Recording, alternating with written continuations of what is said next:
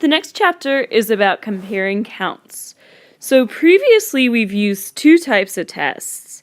The first one is a z-test, which you use when you are looking at one or two proportions. And the second one that we used was the t-test, which we used when we were looking at one or two means.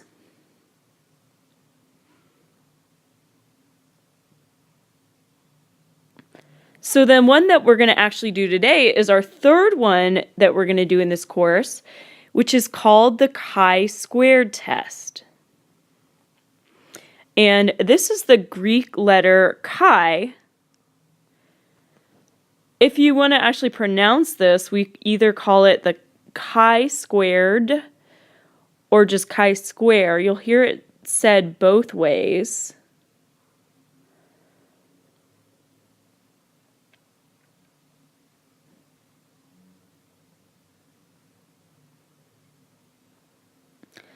So what we're going to use the chi-squared test for is when we actually have counted data, and I'll explain what I mean by that.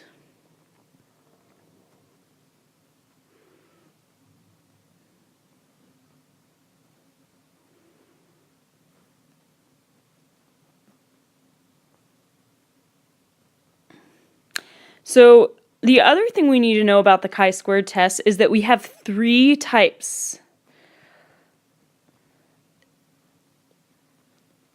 And we're actually going to be doing all three of them. However, the first one is going to be probably the most used one. So the first one that we use is what we call the goodness of fit test.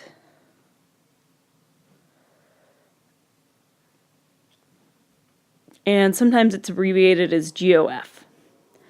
So we use this when we compare one variable with one, and we have one sample.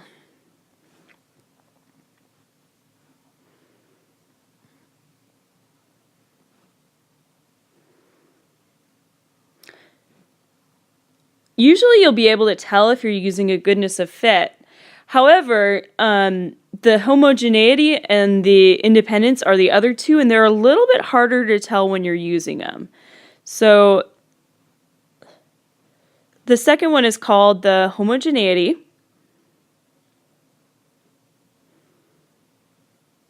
And that is going to be used when you have one variable and more than one sample.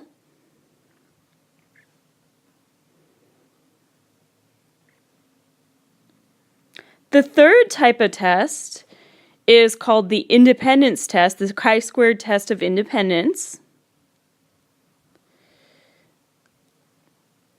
That one you're going to use when you have one sample and two variables.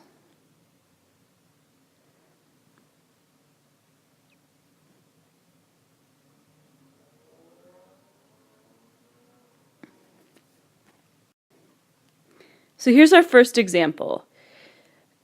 So we know a biology professor reports that the grades in her introductory biology course have historically been as follows: 15% A's, 30% B's, 40% C's, 10% D's, and 5% F's.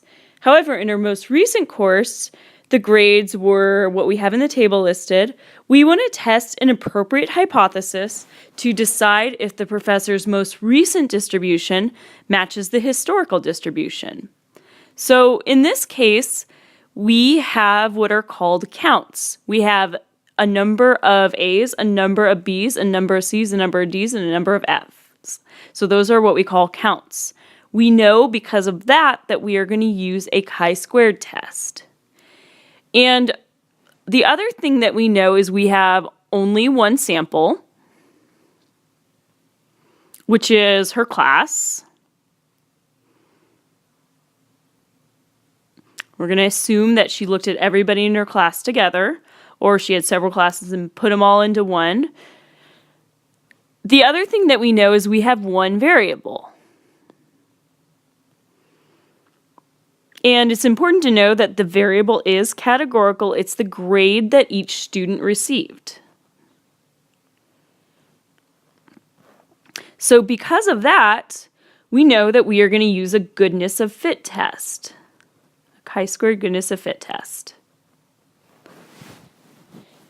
Oftentimes, if you have only one row of data and you know that you're using a chi-squared, that almost always means that it's a goodness of fit. So usually that's kind of going to help you out. So what we're going to do first is we are going to write our hypotheses.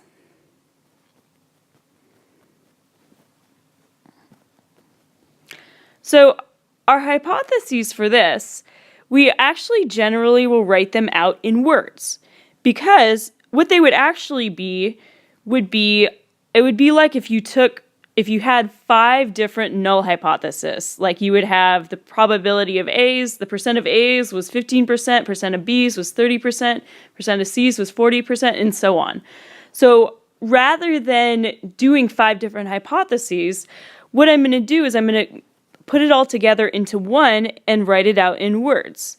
So my null hypothesis is going to be that nothing has changed, that the most recent grade distribution matches the historic distribution.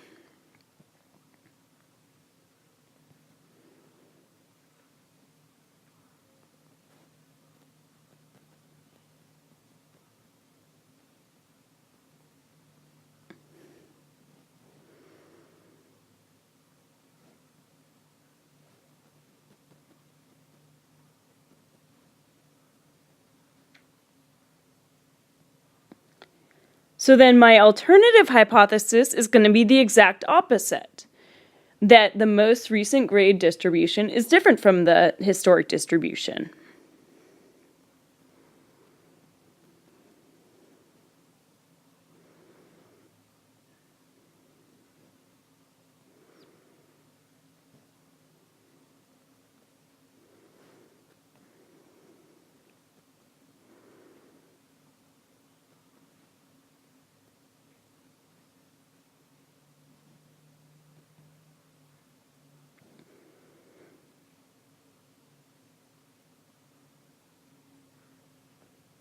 So most recent grade distribution is different from the historic distribution.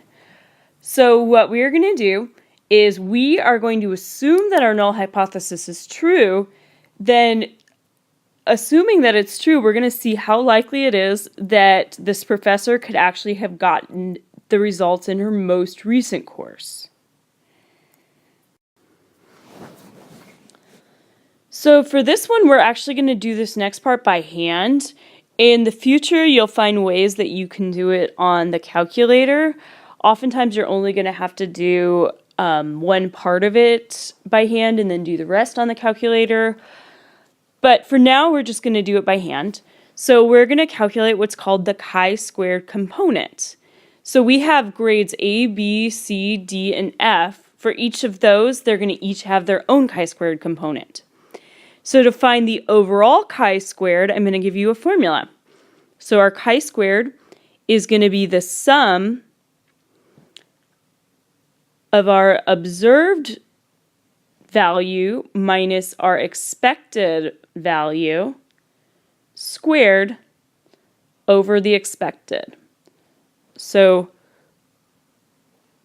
what these things represent, the OBS is an abbreviation for the observed frequency.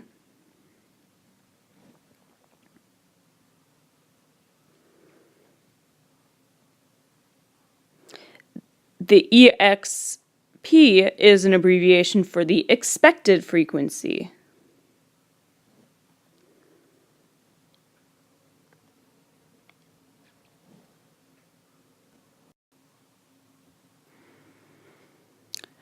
So in front of me, I have the original table that I was given. This is the professor's class right now. So if you add up everything in that row, you can see that she has a total of 325 students. We're going to need that number in just a minute, so make sure that you do that. The other thing that's going to be very helpful here is that they actually give us the number of students in the class that got each grade. This is what we call our observed frequency. And you might notice that that was actually one of the things that we needed to find in the equation on the previous slide. The other thing that we need is the expected frequency. That we have to calculate.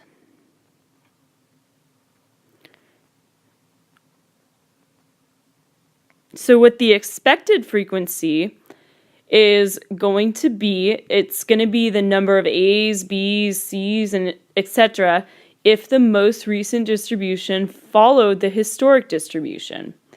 So you might want to look back at the original problem now and look at the values that we knew from the historic distribution. And they said several things. They told us that A's have historically been 15% of the grades. And we know that in our class there's 325 people. So if we knew that the null hypothesis would be true, our expected frequency would be 15% of 325, or 0.15 times 325. In that case, our expected frequency would be 48.75. By the way, for all of these, just leave them as a decimal. That's fine. Also, I'm going to add another column to another row to my table. So then I'm going to do the same thing for all of the other values. For example, they tell us that historically the grades in her bio class have been 30% B's. So if that was true, that she got 30% B's this time, it would be 0.3 times 325, which in the end would give us 97.5. So go ahead, and I would like you to just go try to fill out the rest on your own. I'm going to go through it slowly though, if you weren't sure about it, you can see it. So then historically, her class has had 40% C's, which would mean if we follow that, it would be 0.4 times 325, which gives us a total of 130. And you're going to do the same thing for D's and F's. So D's have been historically 10%, and if you multiply that by 325, you get 32.5. F's have historically been 5%, so if you multiply that by 325, you will get 16.25.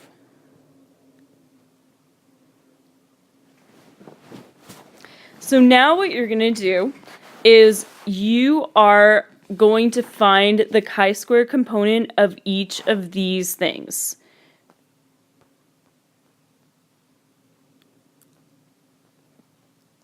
And you have a formula above you that says observed minus expected squared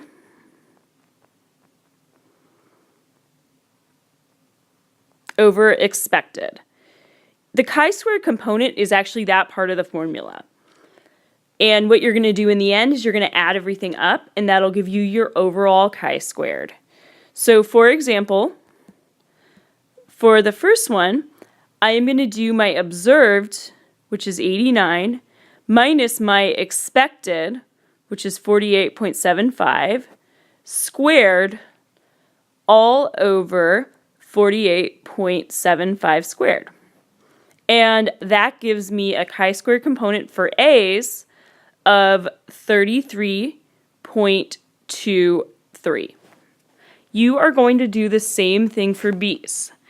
So for B's, you are going to use the observed of 121 minus the expected of 97.5 squared over 97.5. You will find that your chi-squared is 5.664. And you'll notice, I'm putting these in blue, sorry it's messy. You'll notice that for all of these, that, for example, for A's, you are off by almost like 100%. Your A's are almost 100% more than what you expected. However, your B's are a little bit less far away from what you expected. So basically what these chi-squared components are telling you is how far you are away from what you expected. So I want you to see if you can calculate the other three on your own. I recommend you pause. So then for C, your chi-squared component should be 20.8. For D's, it's only 1.73. And for F's, it's 1.115. If you want me to show you tomorrow how I calculated those, just remember to ask me in class. But it's the same idea using the formula. So the main thing I do want you to notice is that for F's and D's, our observed frequency was really close to what we expected. And actually that's good. So our chi-squared value is really, really small. So looking back at the formula for chi-squared, you might notice there's a big sigma in front of the components that we had, which means that we're going to take the sum. So I'm going to take all of my chi-squared components and add them up, and that will give me my overall chi-squared.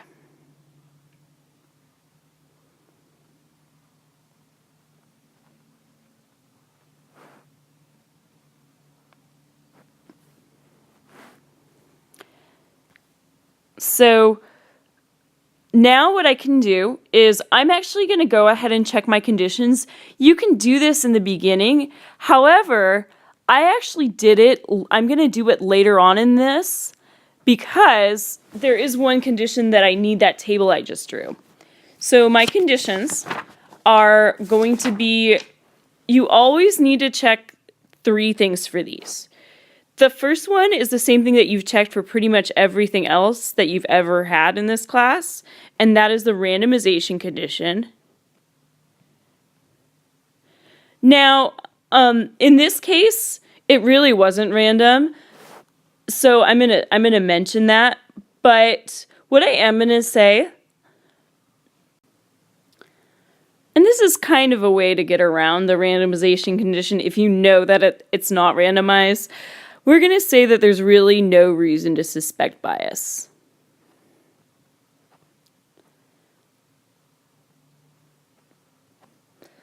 Now, in this case, I would actually be more worried if she took a random sample of her class because her class is so small. So this, we're going to just, we actually have the census of her entire class this year. So we can't really do much else other than that. The second condition that we need for chi-squared alone is we need to know that this is counted data. And it is. Because, so what that means is that we have the number of students who earned each grade. So I'm going to say we have the counts, which is another way to just say number counted, of the number of students who earned each grade.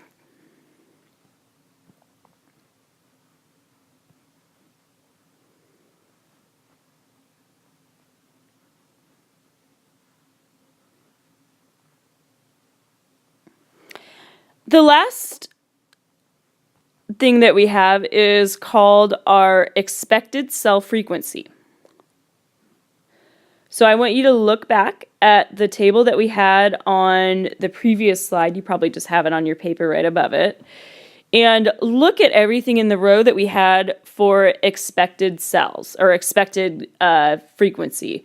You'll find that all of them are greater than 5, which is what we want.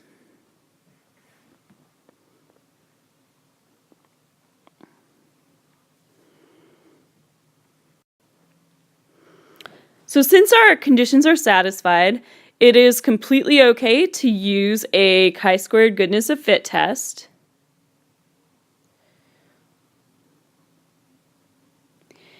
And we actually did all the hard stuff already.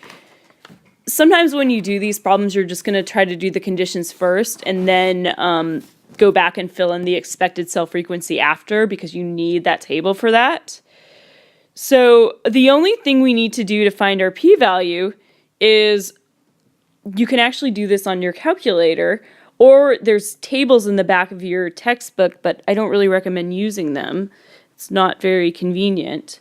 So you are going to first find out what your degrees of freedom is. Your degrees of freedom is going to be the number of things that you're looking at. So we're looking at 5 different grades, A, B, C, D, and F, which is 5, and subtract 1. So our degrees of freedom is going to be 4. We're going to have a fancier way to do that with the next type of chi-squared test, but for now, you just take the number of things that you're measuring and subtract 1 from it. So then to find our p-value,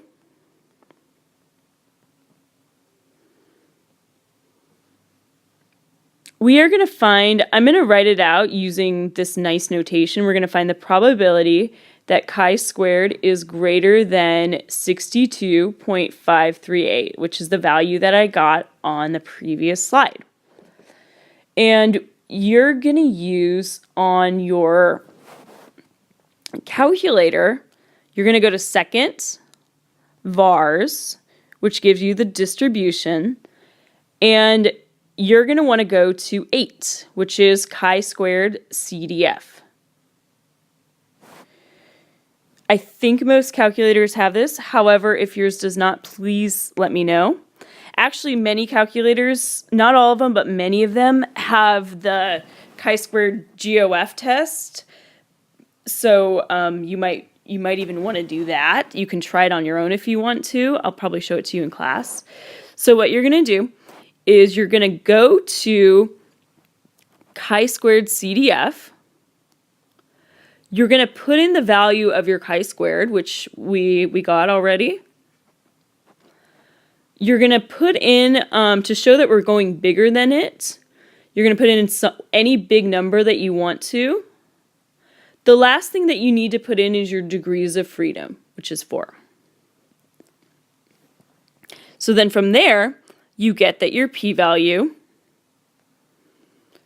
is going to be equal to 8.5 times 10 to the negative 13. So the last part of this test should look very familiar. Now that we have a p-value, we can decide if we want to reject the null hypothesis. So because the p-value is very small, we are going to reject it.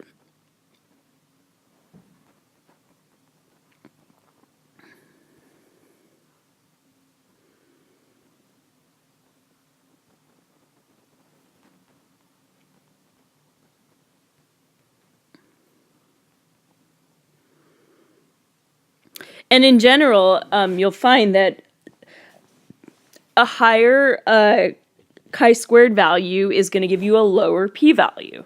So that is something that will help you out. You'll know that a higher chi-squared value gives you a lower p-value. The other thing that's going to be really helpful is if you look back at the chi-squared components, you'll see that for like A's and C's, the value is extremely high.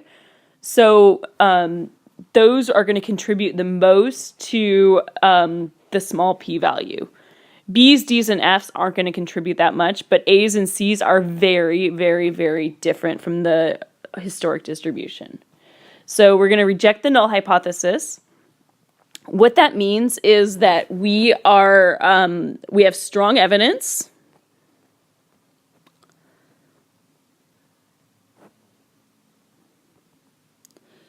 And here you're going to just kind of restate your alternative. So we have strong evidence that the most recent grade distribution